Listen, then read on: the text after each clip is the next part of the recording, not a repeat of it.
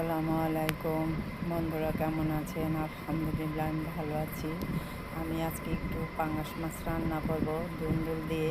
জানি না কেউ দুন্দুল দিয়ে খেয়েছেন কি না। এখানে দুন্দুলটা কেটে নিয়েছি আর আলুটাও কেটে নিয়েছি, কিছুটা আলু দিব।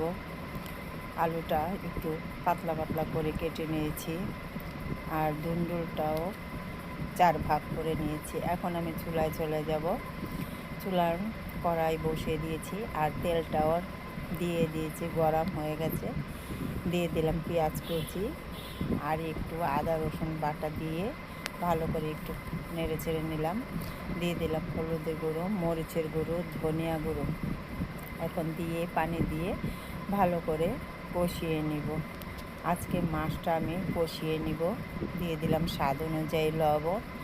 এখন মাছগুলো দিয়ে দিব। মাছটা ভালো করে কষিয়ে নেব। এখন একটু পানি দিয়ে দিব যাতে মাছটা ভালো করে কষানো হয়। ঢেকে রেখে দিব। দেখুন, মাছটা কিন্তু কষানো হয়ে গেছে। এখন আমি মাছটা উঠিয়ে নিব। এখন আগে আমি আলুটা দিয়ে দিব, কারণ আলুটা একটু সিদ্ধ হতে সময় লাগে আর দুন্দুলটা হতে বেশি সময় লাগে না। তাই আলুটা হাফ সিদ্ধ করে নিব, তারপরে আমি দুন্দুলগুলো দিয়ে দেব।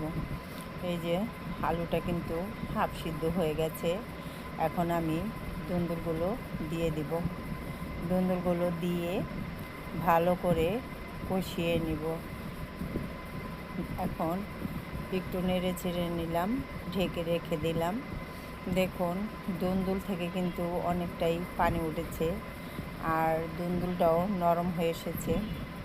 এখন এখানে পরিমাণ মতন পানি দিয়ে দিব। মাছটা দিয়ে পরিমাণ মতন পানি দিয়ে দিলাম, ঢেকে রেখে দিলাম। দেখুন, মাছটা কিন্তু হয়ে গেছে, কত সুন্দর হয়েছে। দিয়ে দিলাম স্বাদ অনুযায়ী একটু ধনিয়া পাতা। এখন আমি এটা নামিয়ে নেব। আপনারা হলে একবার খেয়ে দেখবেন দুন্দুল দিয়ে। জানি না কেউ খেয়েছেন কি না।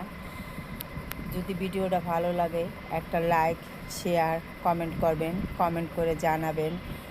আর আমার ভিডিওটি সম্পূর্ণভাবে দেখবেন, দেখে আমার চ্যানেলটি সাবস্ক্রাইব করে দিবেন। আল্লাহ হাফেজ।